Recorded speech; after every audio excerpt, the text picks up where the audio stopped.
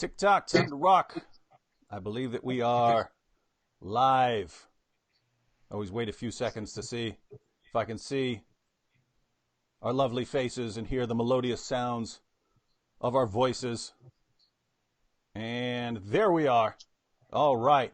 So good evening and good morning and good afternoon to all the Christians and the Jews and the Muslims and the atheists and the agnostics and the Hindus and the Buddhists and yes, even you Wiccans who are watching all around the world. And we know you can't stay away because when people hear that David Wood and Robert Spencer got something going down, they can't stay away. I'm David Wood, your friendly neighborhood philosopher, and with me is the man who literally wrote the book on the history of jihad, Robert Spencer. Let's see it, Robert. The History of Jihad, from Muhammad to ISIS. Awesome book that should be in everyone's library. I believe I put it down. I believe I put the link in the description box. If you don't have that, you're going to want to get it. And you'll see why during this program. You'll see why everyone needs to learn this information. The primary reason everyone needs to learn this information is that there is an entire world of people who are trying to mislead the population, mislead the public about the history of jihad. Now, Robert, why would anyone want to do something like that? For political purposes in the present day, David, the primary reason why we have all this rewriting of history nowadays and historical whitewashing and revisionism absolutely rampant today is because there are political agendas that certain people think that they can help advance by manipulating history and by making people think, for example, that Al-Andalus, Muslim Spain, was such a paradise of tolerance and multiculturalism that to bring large numbers of Muslims into Europe today is a grand thing, because that same paradise of mutual respect and harmony among the religions, or at least the three great Abrahamic religions, will recur, and Europe will march proudly and confidently into the glorious mosaic of the multicultural future. Now, if in contrast to that, Al-Andalus was actually a very terrible place for Jews and Christians, and they were subjugated under the rule of Islamic law, and they were never equals with the Muslims, and there was nothing multicultural or harmonious about Al-Andalus, but it was, as I show in the history of jihad, a center of the Islamic slave trade and a place where Christians and Jews were horribly oppressed and subjected to violence if they got out of line. All that history has to be covered up and whitewashed so that people don't get the idea that, oh no, letting in mass numbers of Muslims into Europe is a bad idea. Because while some of them will be lovely people, others might think exactly that. Hey, let's reestablish Al-Andalus and establish the hegemony of Islam over Europe. And that would be very bad, actually, and make life very difficult and painful for the non-Muslims in Europe. Yeah, I've heard that too, about the golden age of Islam, when Christians, Muslims, and Jews lived in complete harmony under Islamic rule in Spain. And maybe, uh-oh, I see you flipping through your book there. Yeah, you see, got some Post-its in here because I wanted to make sure to emphasize a few places where there was trouble for the non-Muslims.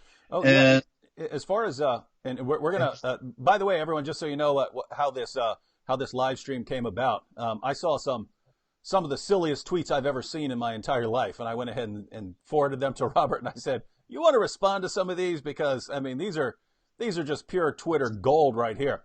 And he said, "Yeah, let's go live." But I mean, it's just amazing that, I mean, it seems like this is the situation. It seems like the apologists for Islam, who are both Muslim and non-Muslim, seems like the apologists for Islam, the people who want to defend Islam, it seems like they always try to aim for an area of ignorance for most of the population, right? Like at first it's, oh, Muhammad was peaceful. Muhammad had all these peaceful teachings. If you just read the Muslim sources, you find out that Muhammad was really, really peaceful. But people started doing that, right? And so that wasn't working out. Or they would say, oh, the vast majority of Muslims in the world today are basically no different from you in ideology, and they just want freedom and tolerance and democracy and so on.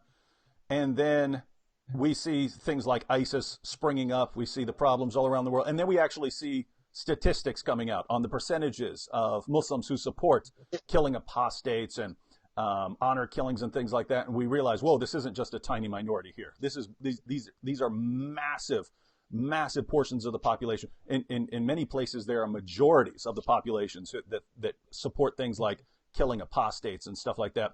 So that's not going to work. And so now the tactic is to go to some place in history that they know people don't study, right? They know that people today, no one, if you're not working on your PhD in history, in a very narrow field. No one is studying, the golden age of Islam in Spain. No one's studying that. And so it allows them to say whatever they want. So at first they could say whatever they want about Muhammad. Then some people started looking into that and showing them that they're lying. Then they wanted to say things about the Muslim population of the world today. And then actual studies were done and showed that they were lying. And now they're going to various periods of history that no one is studying and no one knows anything about. And they're lying about those things. And what's the solution here? Tell the truth. And David, this has been going on for a long time. I'm an old man now, David, and I remember way back, you were probably in knee socks, but this book, The Ornament of the World by Maria Rosa Menocal, came out, and she was a respected historian. And The Ornament of the World is, as far as I know, the first attempt to whitewash Muslim Spain. I don't remember exactly when the book came out, but I know that I was in the bloom of youth, and you probably were just a twinkling in the eye. In any case, the myth that was propagated by this book, The Ornament of the World, has gone all around the world twice. Barack Hussein Obama, president of the United States, former president of the United States, he said in his outreach speech in Cairo, outreach to the Muslim world on June 4th, 2009, he said, Islam has a proud tradition of tolerance. We see it in the history of Andalusia. Now, what's interesting about that is that Maria Rosa Menocal's book actually has more of a reputation for saying something than it actually says it. People assumed way back when it came out, that she was showing that there was a wonderful time of tolerance and multiculturalism and peace between the Muslims and the Christians and the Jews in Spain. But if you actually read her book, she said this: the dhimmi, as these covenanted peoples were called, and of course, as we know, that's the subjugated people who are willingly submitting to the Muslims and feeling themselves subdued, as per the Quran, chapter 9, verse 29, were granted religious freedom, not forced to convert to Islam. They could continue to be Jews and Christians, she says, and as it turned out, they could share in much of Muslim social and economic life. But then the other shoe drops. She goes on. In return for this freedom of religious conscience, the peoples of the book, pagans had no such privilege, were required to pay a special tax. No Muslims paid taxes, and to observe a number of restrictive regulations. Christians and Jews were prohibited from attempting to proselytize Muslims, from building new places of worship, from displaying crosses or ringing bells. In some, they were forbidden most public displays of their religious rituals. Now, that's just Menocal. She really is whitewashing the situation. It's actually much harsher than that. There is a harrowing scene that is recounted by the Muslim historian Ibn Hayyan, who's writing in the 10th century. And he's writing about Abdurrahman III, who was the Umayyad Caliph of Cordoba. And he said that at one point, just for no reason except to strike terror in the hearts of the enemies of Allah, as the Quran directs in chapter 8, verse 60, he says that one of the officers of Abdurrahman III chose 100 of the most important barbarians, and by that he means the Christians, and sent them to the Alcázar of Cordoba, where they arrived on March 2nd, 939, and then they were marched to where the caliph was, And on conclusion of the Friday prayer, many gathered and followed to see what end the prisoners would have. And it turned out that An-Nasir was installed on the upper balcony over the orchard facing the river to watch the execution. All the prisoners, one by one, were decapitated in his presence and under his eyes, in plain, in plain sight of the people, whose feelings against the infidels Allah alleviated, which, as you know, is an allusion to the Quran, chapter 9, verse 14, which says, fight them, and Allah will punish them through your hands, and thereby soothe the bosoms of the believers.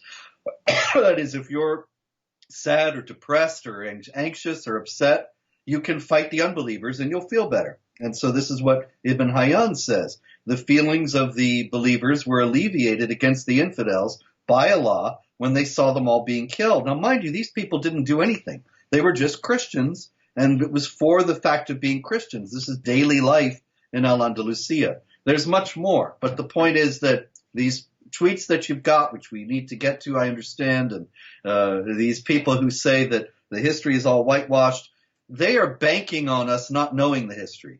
And so in this book, I went back to the primary sources, and I show that again and again, really everywhere that Muslims have gone throughout history, they have been violent and uncharitable, discriminatory, and they have persecuted the non-Muslims everywhere they have gone without exception.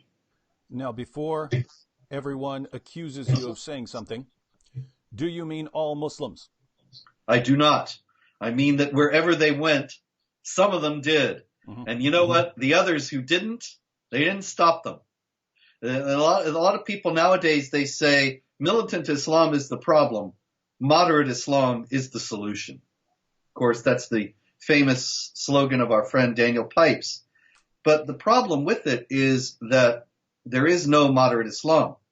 There are Muslims who do not observe all of the tenets of the Quran and Sunnah, but there has never been throughout history, anywhere, a moderate Muslim movement of Muslims who were going to stand up and stop other Muslims from being violent and hateful toward non-Muslims. That never happened. And so if we're staking our future in the West on that possibility, it's wishful thinking. There's no historical precedent for it. Yeah, along those lines, I remember an ABC special where they said that our first line of defense against terrorists are the peaceful Muslims who are going to stand between the radical Muslims who want to kill us and us. And they were our first line of defense. And as they just randomly filmed some Muslims in the city of New York, they recorded as one of their examples of a peaceful Muslim who's going to protect us, Sadiq Abdul Malik, who was speaking with the group Revolution Muslim, several members of whom were charged with terrorist offenses. These were the guys who threatened Matt Stone and Trey Parker from South Park, right? That's what these guys were arrested for. And so just randomly filming some examples of Muslims in the city of New York to show, hey, these are the guys who are going to stand up for you.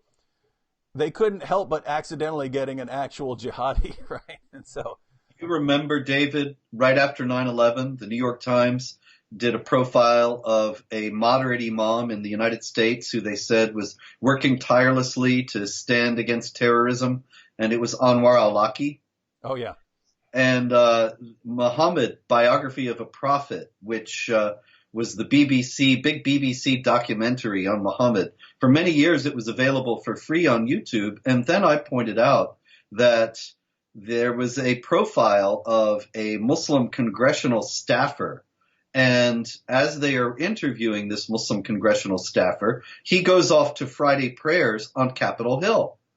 And when he goes to Friday prayers on Capitol Hill, Ibrahim Hooper and Nihad Awad of the Council on American Islamic Relations, and Randall Royer, who was then of the Council, Ismail Royer, who was then of the Council on American Islamic Relations, and then served 15 years for plotting jihad terror in Kashmir, 15 years in prison, that is. They're all there for Friday prayers, and the camera pans back, and you see the imam preaching, and it's Anwar al-Awlaki. And so I think that they took that off YouTube because I started to make fun of them about it. But that once again illustrates that even when the establishment media goes to find moderates, they end up finding people who are anything but, and they don't even realize. Yeah, interesting stuff here. All right, so let's go ahead and take a peek at one of these tweets here. This first one will be from Dr. Craig Considine. And Robert, if I remember correctly, we've actually dealt with Dr. Considine many times in the past. I think we were dealing with him when he was still like a graduate student way back in the day. You recall that? Yeah, he was writing for the Huffington Post. I don't know if he was a graduate student then or whatever he was, but yeah, I think you're right. Actually, I think he was, incidentally, he was a student, as far as I recall, if I recall correctly. Dr. Considine, please feel free to correct me if I'm wrong, but I remember that he was a student of Akbar Ahmed, who is a professor at American University in Washington, and he is a very respected academic, and he just wrote a book called Journey into Europe, where, and this brings us right back home, he recommended that Europe, in its present condition of strife regarding Muslim migration, adopt the Andalusian model and establish a new Andalusia. And so he's presenting Akbar Ahmed Andalusia as the way forward for Europe, this paradise of multiculturalism, which it never was. And Craig Considine was his eager acolyte and product of his mentoring. And he wrote an article comparing Muhammad with George Washington, which was the occasion of one of your wonderful early imaginative forays before you became a Muslim in the Islamicize Me series last year. Yeah, those were fun times. Yes, I interviewed George Washington, and we discussed whether you were really that close to Muhammad or not. Yeah, George Washington was pretty outraged at being compared to Muhammad. All right, let's go ahead and read this tweet by Dr. Considine. And so this is a guy who's a professor of sociology now, and this is what he's telling the next generation.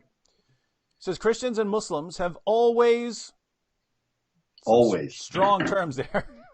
Christians, always. Matter of fact, I need to read it more like he's writing it. Christians and Muslims have always managed to coexist peacefully around the world, the entire world. Always managed to coexist peacefully around the world. Places of worship have been respected. So there are a couple claims here, Robert. We're going to want you to address these. So we have one, that Christians and Muslims have always managed to coexist peacefully around the world. And next, places of worship have been respected and freedom of religion granted by both populations. Too often we forget these historical facts. So it's a historical fact. Historical facts. That Christians and Muslims have always managed to coexist peacefully around the world, and that places of worship have been respected, and that freedom of religion has been granted by both populations. People forget this. People keep forgetting this historical fact, and hence the need to educate on these moments in time is a top priority. It is a top priority to educate people on these historical facts. Robert? I'm all for educating people. You want some education, David? I got some for you here. Oh, yeah. Because I agree with him that people need to be educated about the facts here. We just seem to have a little bit of a slight, tiny little disagreement on what the facts are here. Okay, now I'm just going to read one thing. Of course, I could just read this book all night, and it says the same thing on every page, but... Oh, looks like we faded out for a second. Uh-oh. All right, so you were asking about what... what houses of worship. What Dr. Considine said. So places of worship have been respected and freedom of religion granted by both populations. Okay, I'm going to read this. This is from 1360.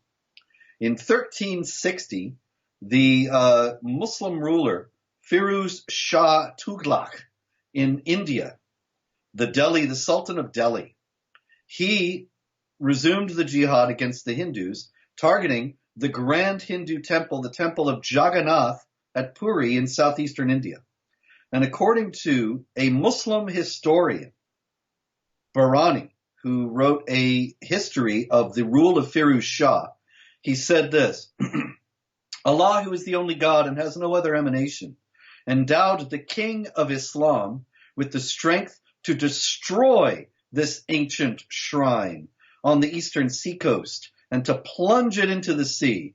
And after its destruction, Firuz Shah ordered the image of Jagannath, the Hindu god, to be perforated and disgraced it by casting it down on the ground. They dug out other idols, which were worshipped by the polytheists in the kingdom of Jajnagar, and overthrew them as they did the image of Jagannath for being laid in front of the mosques along the path of the Sunnis and the way of the Musallis, that's the people going in for prayer, and stretched them in front of the portals of every mosque so that the body and sides of the image might be trampled at the time of ascent and descent, entrance and exit, by the shoes on the feet of the Muslims, which of course you know is a great insult, the bottom of the foot. To show it and certainly to trample on something is to show your utmost contempt and hatred for it in Islamic culture. Now, that's not just one incident. All through the history of the jihad in India, they always tore down the temples, thousands of Hindu temples, thousands,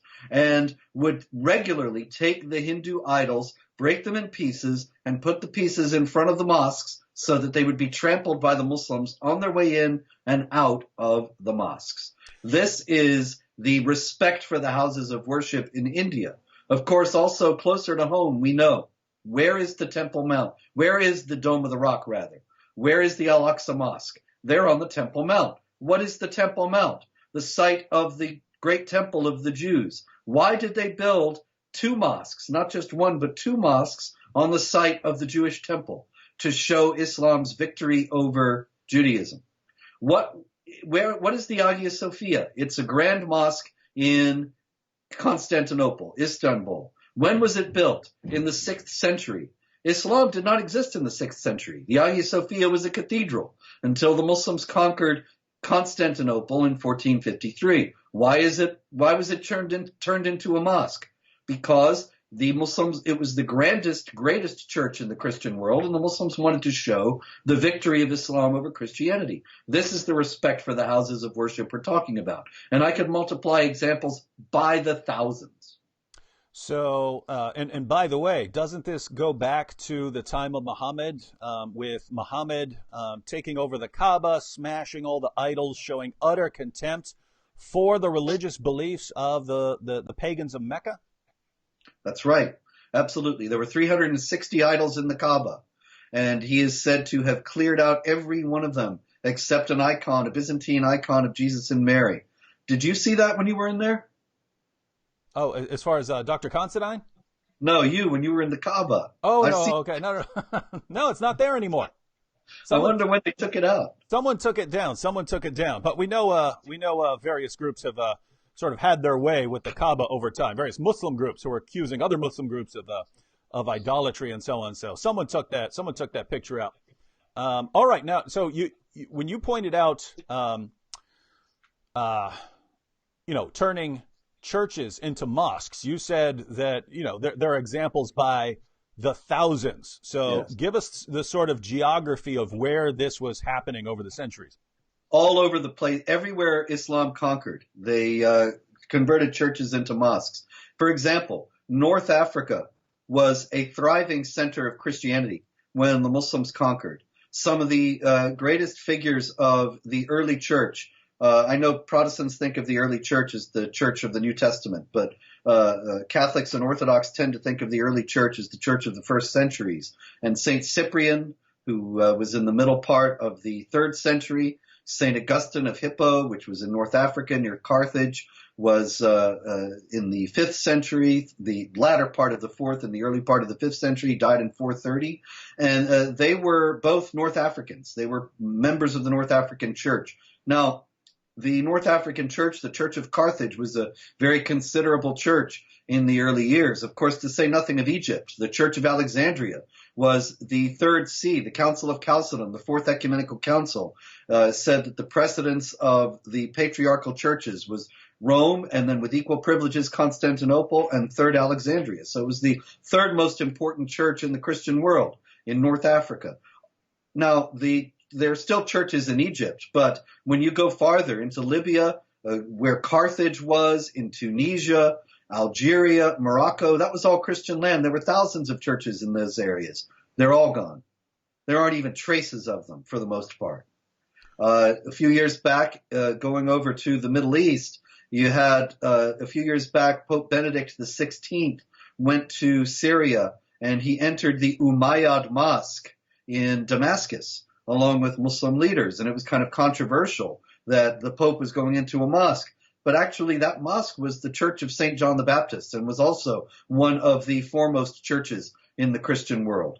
The Hagia Sophia I mentioned that was conquered by the Muslims in 1453. And after that, the Ecumenical Patriarch of Constantinople moved to the Church of the Pamakaristos, which was another church in Constantinople. And that was his headquarters until 1591, when it too was seized by the Ottoman Sultan and converted to a mosque, which it remains. Now, although some of these, the Hagia Sophia and the Pamakaristos, were made into museums later under the secular Turks, there's a considerable push under Erdogan now to convert the Hagia Sophia at least back to a mosque. In any case, nobody's talking about making it into a church again, as one might expect if Craig Considine were right and Muslims were very concerned to be tolerant of other religions. Then one would think that out of this tolerance, generosity, multicultural, and ecumenical spirit that they would offer the Hagia Sophia to the Ecumenical Patriarch and allow him to restore it as a church. So if you were talking about Muslims as they spread east and met with Hindus, they would destroy their temples, smash their idols, and place their idols outside the mosque so that they would trample them under feet as they're going. That's a situation in the east. And then in the west, where Muslims were encountering Christianity, they were seizing their churches and converting them into mosques. Can we say that the true pattern, contrary to what Dr. Considine says, the true pattern that we find in Islam is utter contempt for places of worship of the non-Muslims? And that, is there really anywhere where Muslims were in control that they showed respect for a period of centuries for the places of worship of the unbelievers? No, the Islamic law forbids Christians to build new churches or repair old ones. So the idea is that their churches get older and older and more dilapidated, and they're not allowed to repair them. And this remains even in Egypt. Egypt is not a Sharia state, but these things are so much part of the culture in the Islamic world that Muslims have rioted on more than one occasion in recent years when the Coptic Christians in Egypt have tried to repair old churches or build new ones. The idea is that the dhimmis are supposed to be in a perpetual state of decline, and that the Islamic community is always expanding at the expense of the non-Muslim population. So there's never been any respect for the sacred places of the non-Muslims. I mean, even when Hagia Sophia was made into a museum and it was opened up for non-Muslims to go in, I wish I had I don't have it right at hand, but there's a very famous Byzantine icon that's from the Hagia Sophia of an icon of Jesus. It's a very famous image, but if you look at it, it's a mosaic icon, and quite a lot of the tiles have fallen off. And the thing is in an elaborate, advanced state of disrepair. The Turkish government, even as a secular government, has never shown any concern for the advanced state of disrepair of these famous images, or has made any attempt or any offer to allow Christians to come in and restore them or to care for them or at the very least try to halt their decay. They just don't have any interest in those things whatsoever. All right. Now, as far as the claim that Christians and Muslims have always lived together in peace, people can go to Dr. Considine's Twitter page and see this comment. One of the things that I noticed was that when people disagreed with him, the most common response he got in disagreement, to show people disagreeing with him, to show, no, Christians and Muslims haven't always gotten along peacefully. The main response was, wrong, the Crusades. Now, as someone who has studied the history of jihad from the time of Muhammad down to the present, how disheartening is it? How disheartening is it for you to think that when people want to think of a time when Christianity and Islam didn't get along, their main example, the only thing they can think of, the only thing in their minds is, but the Crusades, when these Christians went out and attacked the peaceful Muslims, this shows that they didn't always get along peacefully. So you're wrong, Dr. Constantine. How disheartening is that, Robert? Well, David, I'm kind of used to historical illiteracy, especially among Americans. I'm trying to work against it, but I understand it's an uphill battle when the public schools, the private schools, the Catholic schools, the Christian schools all teach this nonsense, and people just take it for granted. It's astonishing to me that even these very simple facts about the Crusades aren't known. But if people wanted to pick up the history of jihad, they could read it all. In the year 1071, what happened was, let me start a little earlier. In the year 632, Muhammad died. 636, 637, the Muslims start to pour out of Arabia. They conquered Jerusalem very quickly, Antioch, two major cities that were centers of Christendom at that point, patriarchal sees of the church. They conquered Egypt and North Africa very, very quickly, and they were always oppressive to the non-Muslims, to the Christians in those countries. Now, this was all jihad warfare.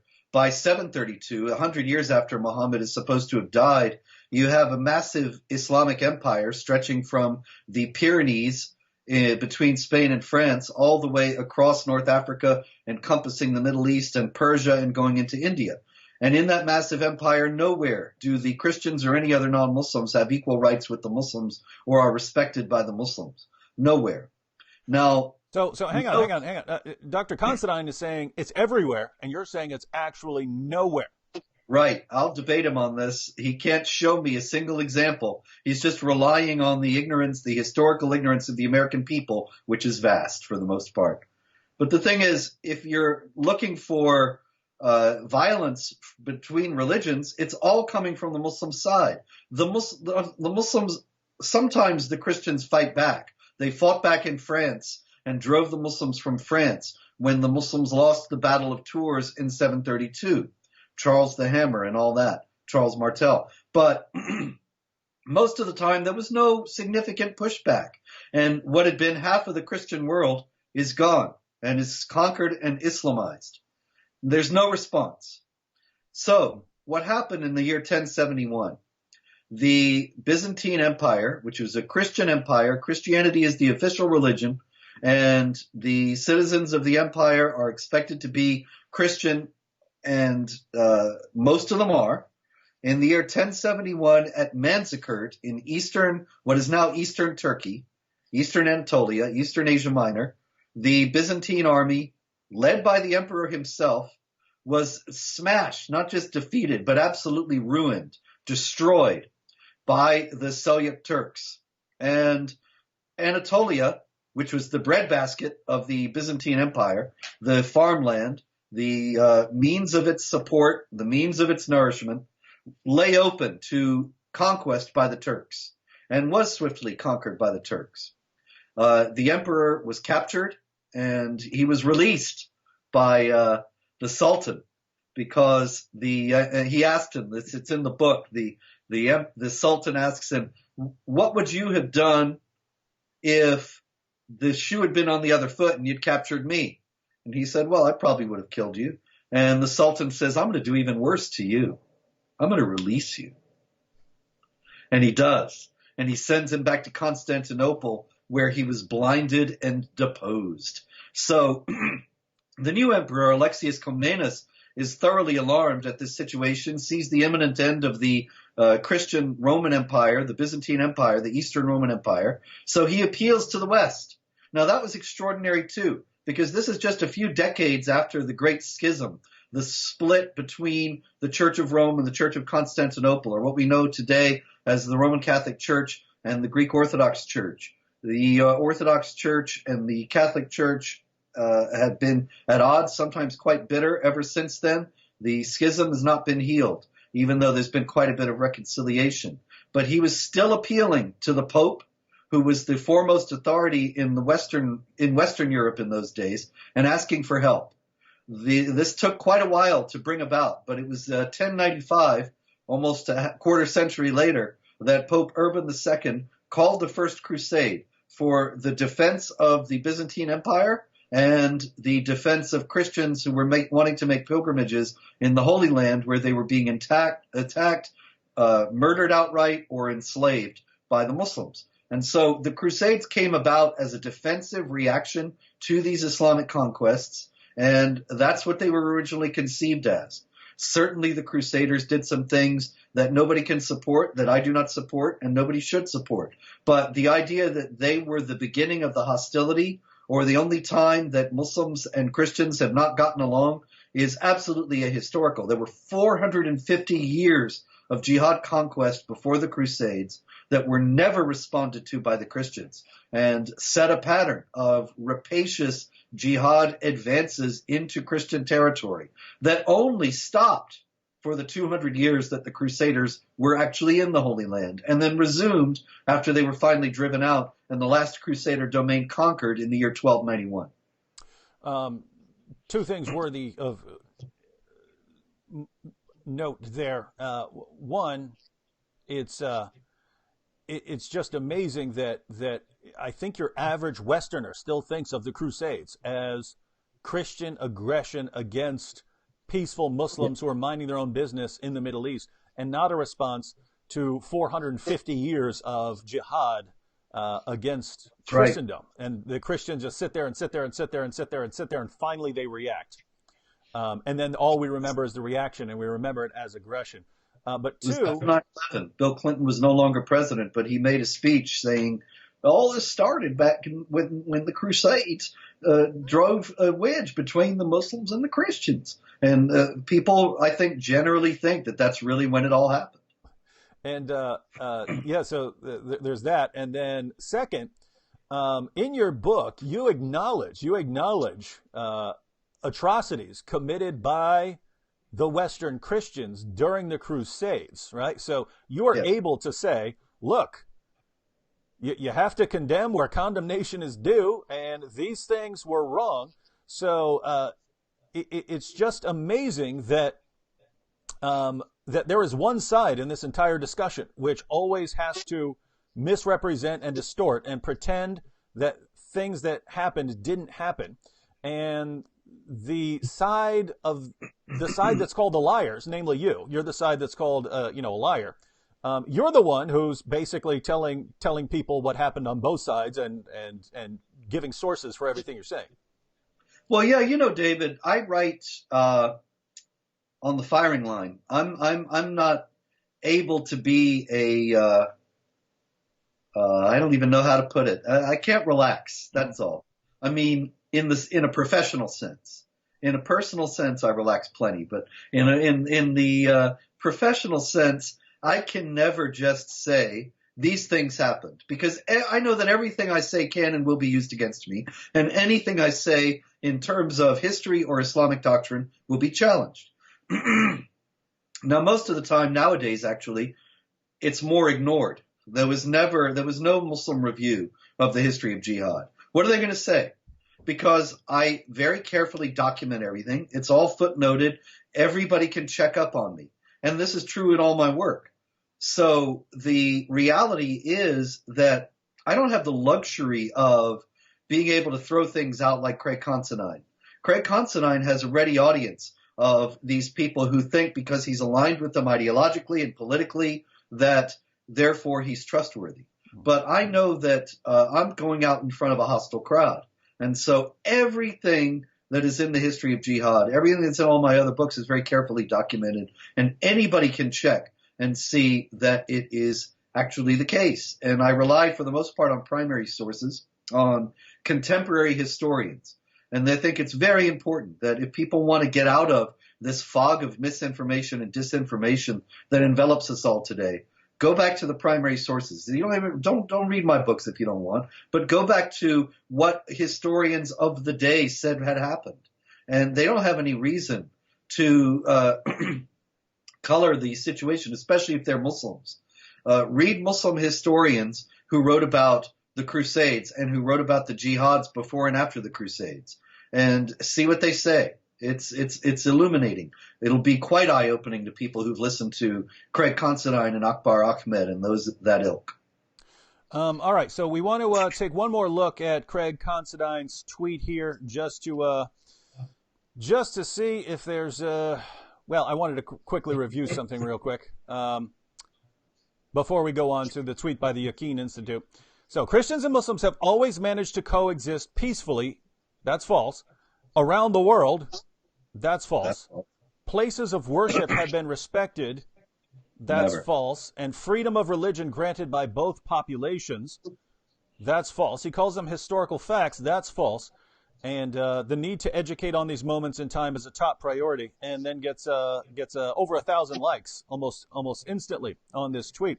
But just even if you didn't know a lot of the details that are in your book, even if you didn't know a lot of the details about the specific battles and the wars and the specific churches and so on, and whether you're talking about East or West, it just seems like if you know anything at all, you'd have to think, okay, Muhammad starts off in Arabia and takes over the Middle East, goes all the way across northern Africa, takes over a massive portion of a very large continent, then works his way into Europe. That's in the West. And then in the East, goes all the way through the Middle East, all the way through the places that are now Iran and Afghanistan and Pakistan into India. And the idea that Islam got all of this by peaceful coexistence and getting along and respecting places of worship is idiotic. I mean, you'd have to be the dumbest person in the world. Oh, go ahead. Sorry to interrupt, David, but just to clarify one thing, as you had said before with me, just to make sure nobody thinks you said what you didn't say, said what you didn't say. You said Muhammad conquered all those areas, but of course it was the Muslims after Muhammad who conquered those areas. Yep. If Muhammad indeed was ever really with us at all. Yeah. So Muhammad took over most of Arabia, but his followers carry it on. The idea that his message and teachings and religion spread over continent after continent, multiple continents here, and didn't stop until they were physically stopped by people who physically stopped them. The idea that they gained all of this territory, won all of this territory across 3 continents through peace and tolerance is, you'd have to be an utter moron to believe that for a second. And yet that's just popular. It's just popular to claim that, and it's popular to like that, and it's popular to agree with that despite the absurdity. So, ladies and gentlemen, this is the world we live in. Telling people what they want to hear is a big business. Gotta love it. All right, so let's go ahead and take a look at this tweet from the Yaqeen Institute. Here we go, Robert. Be prepared to be refuted now. So the Yaqeen Institute tweeted out, religious minorities are often depicted as historically oppressed and vulnerable victims of their Muslim rulers. This portrayal, however, is far from accurate. And then there's an infographic there that explains everything. We might have to go through that separately someday. But religious minorities are often depicted as historically oppressed and vulnerable victims of their Muslim rulers. So whether we're talking about Hindus or Buddhists or Zoroastrians or pagans or Christians or Jews, when these groups are minorities in Muslim-controlled areas, people often portray them as vulnerable victims of the Muslim rulers. However, this portrayal is not accurate. And Robert, I have to say, you're one of the people who are portraying these religious minorities as victims of their Muslim rulers. You have it right there from the Yaqeen Institute, who would have no reason to make things up, who would have absolutely no reason to make any of this up. You, however, do, because you're an Islamophobe. How would you attempt to defend what you've said? Well, let's go back to 1066. A very good year. Good year in Britain. Good year all over the world. And in the year 1066, here is an example of Islamic tolerance.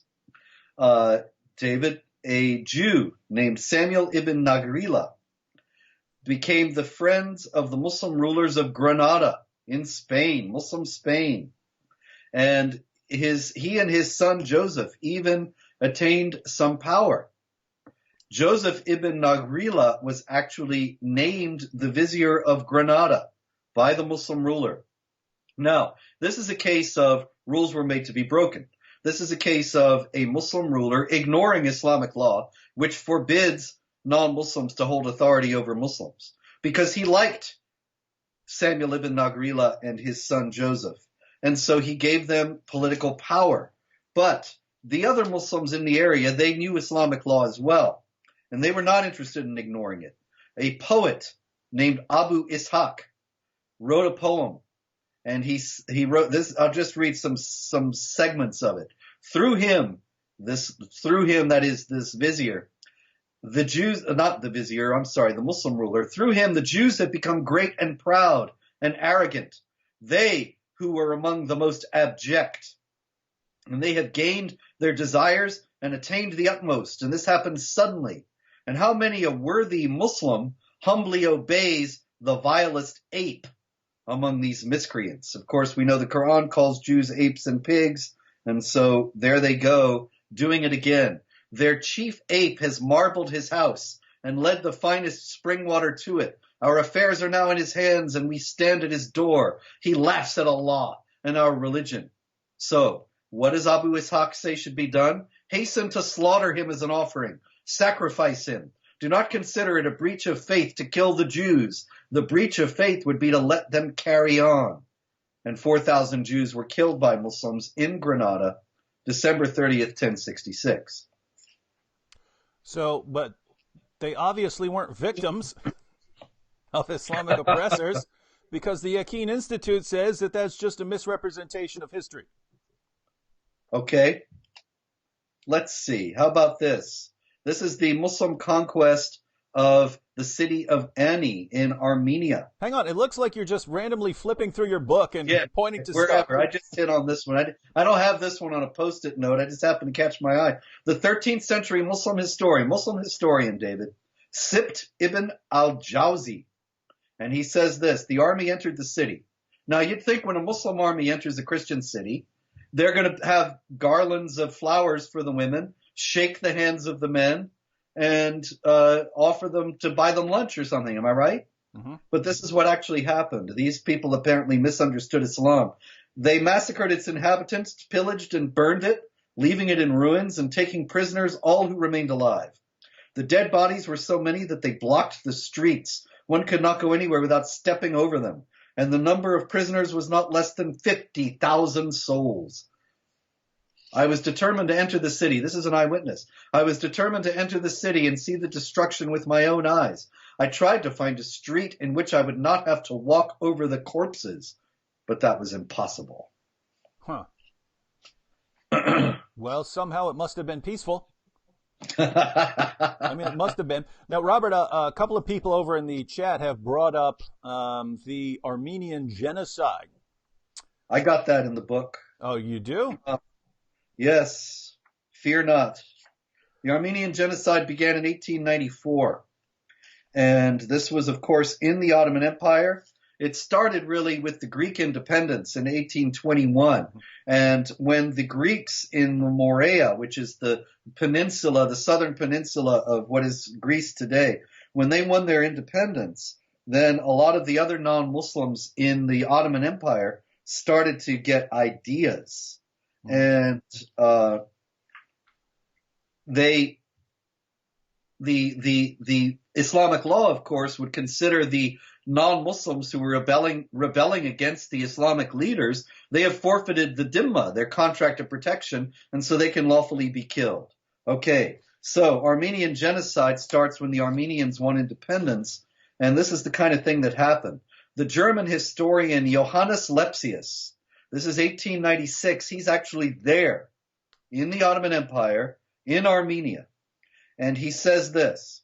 He says, "We have lists before us of 559 villages whose surviving inhabitants were converted to Islam with fire and sword, of 568 churches thoroughly pillaged, destroyed, and razed to the ground, 282 Christian churches transformed into mosques, 21 Protestant preachers, and 170 Armenian priests who were, after enduring unspeakable tortures, murdered on their refusal to accept Islam. We repeat, however," Lepsius says, "that those figures express only the extent of our information and do not by a long way reach to the extent of reality." He says the Muslims had destroyed 2,500 Christian villages, the entire villages, 645 churches and monasteries, 15,000 people forced to convert to Islam, 328 churches converted to mosques in another area, 508 more plundered. And this is a letter home, David, from an Ottoman soldier. And he wrote home to his folks, to his brother and to his parents.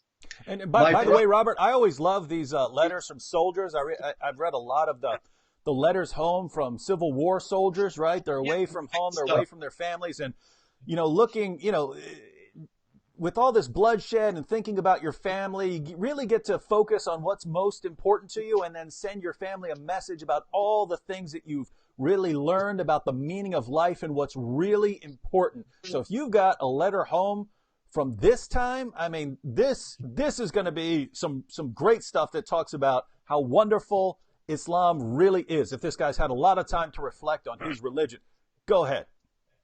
"My brother, if you want news from here, we have killed 1,200 Armenians, all of them as food for the dogs. Mother, I am safe and sound. Father, 20 days ago we made war on the Armenian unbelievers." That last word there just puts this in context as to what this is all about. "Through the grace of Allah, no harm befell us. There is a rumor afoot that our battalion will be ordered to your part of the world." So you think, okay, David, you ready? I mean, you figure he's saying we might be sent near home. So he's going to come home, get some of mom's pie, right? And relax with the family. No. "If so, we will kill all the Armenians there."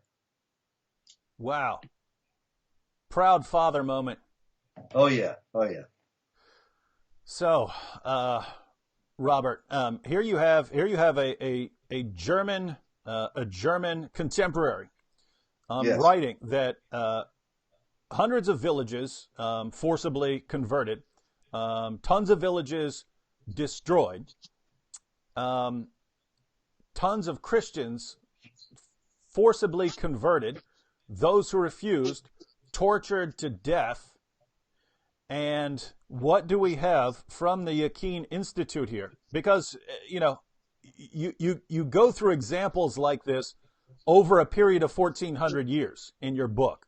It doesn't stop. You go century by century and area by area in your book, giving examples of the things that actually happen. And again, here, the Yakin Institute. "Religious minorities are often depicted as historically oppressed and vulnerable victims of their Muslim rulers. This portrayal, however, is far from accurate." So it's simply inaccurate to portray these Christians who are being forcibly converted or tortured to death, and their places of worship converted to mosques or destroyed. It's just inaccurate to portray them as victims here. It's just inaccurate. Or all the centuries leading up to that, from the time of Muhammad. It's just inaccurate to portray these people as victims of Muslim oppressors. Here again, the Yakin Institute is depending upon the ignorance of the people it's talking to. And the unfortunate fact is that they can rely on that ignorance, because for the most part, people who read their tweet and liked it or retweeted it, they think they're right. They have no idea. They've been misinformed in school, if they studied it at all, or they've been thoroughly propagandized since then, and they don't have any clue what really happened. All right. So the average Twitter follower of Dr. Craig Considine probably believes him, right? I would think that many of them actually believe him. They haven't studied anything, and what the heck? He's a doctor. He calls himself a Catholic. So Craig obviously, Constantine is not a Christian. Let's obviously he has obviously he has no reason whatsoever to make things up in favor of Islam. So he must clearly just be telling the truth here. Whereas the people like Robert Spencer, they must be lying because they have an agenda, not Dr. Craig Considine. So the average Twitter follower of Dr. Considine, or his students who've never studied the history of jihad, who have no, they're regarding him as someone who is knowledgeable, and so they go to him. The average follower, I understand why they think that he's right. But do you think Dr. Considine actually knows better? Yeah, he must. Either he's a total idiot who doesn't know his own subject, or he's being actively deceptive. So I would rather give him the benefit of the doubt and think he's being actively deceptive, because I don't think he's stupid. But he's not a Christian. He's a Muslim. Let's be very clear about that. He wrote a piece, I have it right here, January 26, 2016, Huffington Post, Why a Christian Can View Muhammad as a Prophet, by Craig Considine. Now, it's full of a lot of tortured reasoning and silliness, but the reality is that the Quran says, far be it from the transcendent majesty of Allah that he should have a son, chapter 19, verse 35. In the first letter of John, in the New Testament, it says anybody who does not have the son does not have the father. So you can't be both a Christian and a Muslim. They are contradictory. They could both be false, but they can't both be true, and one could be true and the other false. But if he thinks Muhammad is a prophet, then he believes in the prophecies Muhammad brought, which deny basic Christian doctrines that are held by all the sects of Christianity. Thus, he cannot be Christian. He must be a Muslim. So, just to recap that, you've got Dr. Craig Considine claiming to be a Christian who just has a favorable view of Islam, but nevertheless declares that Christians should accept Muhammad as a prophet, even though Muhammad, his revelations contradict core Christian doctrines. In fact, contradict the very core of the Christian gospel, which is a message about Jesus' sacrificial death for sins, his resurrection from the dead, and his divine nature. Islam contradicts those, and therefore, if you accept Muhammad as a prophet, you are thereby rejecting the core teachings of the gospel, and therefore, Craig Considine is saying Christians should accept Muhammad and his refutations of Christianity, but he's a Christian. He's actively deceptive. I mean, in a certain sense, I understand how Craig Considine calls himself a Christian. Here again, giving him the benefit of the doubt, thinking that he's not an idiot and therefore knows what he's about. He considers himself as a Muslim to be the true Christian because the Quran presents itself as embodying the true teachings of Judaism and Christianity. And of course, in the Quran, all the biblical prophets of the Old Testament and John the Baptist and Jesus are considered Muslims. And the idea is in Islam that it was the followers of Moses and David and Solomon and John the Baptist and Jesus who twisted and hijacked their Islamic teachings to create what we know of as Judaism and Christianity. So as a follower of the true teachings of Jesus, which are in the Quran, Considine considers himself a Christian. But to say he's a Catholic it's just deceptive, because that is identifying himself with a specific Christian sect, and there's no sense in which he could possibly be a Catholic and affirm what the Catholic Church teaches while also affirming what Muhammad taught as prophecies. Yeah, I'm thinking that, or because I don't know a lot about him, I'm thinking the other interpretation here would be that he's just so incredibly liberal with what he means by Christian that he just doesn't take any of the basic doctrines seriously, and probably doesn't take the basic doctrines of Islam seriously. And so if you don't take any of these core doctrines seriously, then Well, you know, Call yourself why shouldn't you regard Muhammad as a prophet? yeah, I mean, after all he did was bring peace to the world. it's being nice, Yeah. and we all have to be nice. All right. Well, we're pretty much out of time here, so I just wanted to point out that the situation that we have, and the reason we're doing this is, guys, think about how prevalent this is right now in our world. I just had to make a video because the leaders of the Women's March are claiming that Muhammad was a feminist. Right now, that is so beyond ridiculous that you wonder how they can say it with a straight face, how they are not immediately called out on it. Instead, they are praised. They are praised for telling the truth about Muhammad, and those of us who actually respond are bigots and Islamophobes for pointing out basic facts which show that's absolute nonsense. So anywhere you go across the board, Islam is being just flat out misrepresented and lied about in order to promote it to a Western audience. And the people who hijacking Islam, David. yeah, the people who dare say, let's actually look at what the Quran says. Let's look at what we find in the Hadith. Let's look at the life of Muhammad. Let's look at the work of the rightly guided caliphs. Let's go down through the various caliphates down through history from the time of Muhammad down to the present to show that what these people are saying is absolute nonsense. And when we do that, we're called bigots and racists, and we just have an agenda for doing that. This is a very, very sad world that we're living in right now. Very dangerous place. And so I'm glad we have people like Robert Spencer doing a really, really painful, horrible job that gets you nothing but abuse, because someone needs to do it. Just do it because someone needs to do it.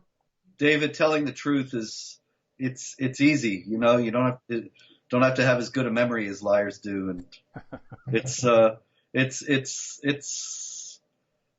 my honor to be able to tell the truth. A lot of people don't have. It seems astonishing to me, the lack of courage in the world today. So just to stand for the truth, it's what all of us should be doing. Mm-hmm. And I commend you, sir, for your courage and great wit in doing so. Well, I'm a psychopath, so I understand why I do it. I just don't understand why people without massive mental defects do it. This is some rough stuff. Maybe I have them. Maybe I should go in and get checked. All right, Robert. So you can go ahead and close out by telling people what they can do. So they just heard about tons of misrepresentation, distortion, and I mean it is systematic, organized misrepresentation, distortion by politicians, the media, educators, Hollywood. Everyone is giving one consistent message about Islam being wonderful, and the people here, they've actually got a chance to look at some history. What can they do to respond to this? Because we're kind of outnumbered and outgunned here. No, the truth is never outnumbered or outgunned. Remember Solzhenitsyn, David. Solzhenitsyn, the great Alexander Solzhenitsyn, the great dissident from the Soviet Union. He was in the Gulag. He wrote the Gulag Archipelago. He compared living in a totalitarian regime to being a blade of grass that gets paved over by concrete, and everything goes dark and you can't breathe, and it seems as if you're totally under their control and totally within their power. But we've all seen blades of grass poke through the broken concrete. And that's what we all need to do, is to persist, to tell the truth in season and out of season, to challenge these people like Considine and the Yaqeen Institute wherever and whenever we can. Certainly, courteously, respectfully, all of these things, but always tell the truth, stand for the truth, be a blade of grass, and break through the concrete. The concrete never will prevail. Mm-hmm. All right, and thank you, Robert. And again, for those of you out there, and there are still over 800 who are here live with us, if you didn't get the book, there's a link in the description box. There's a link to Robert's website, so follow his website. If you don't have the book, get the book. Even if you're looking at that book going, I don't really want to know that much about the history of jihad. I don't need that much information. Yeah, you do. If you want, just get the book and read the first chapter. Learn the first chapter well. Even if you don't want to read the rest of the book, I would recommend reading the rest of the book, because the rest of the book is what even people who deal with Islam a lot don't know, because we tend to focus on the life of Muhammad, or we tend to focus on the present. We ignore all those centuries in the middle. Robert goes through all of those centuries, century by century, showing what happened in those centuries. But even if you don't want that 14, because people have various degrees of interest in the subject and have varying amounts of time that they can dedicate to the subject. So even if you don't want to go through all of the history, learn the first chapter well. That's the life of Muhammad. Learn the first chapter well. That's the life of Muhammad. Puts it all together, historical form, and you see where this all begins. So be sure to get that book. Learn at least the first chapter, but go through the entire book if you can. And we will see you all next time. God bless everyone, even you atheists.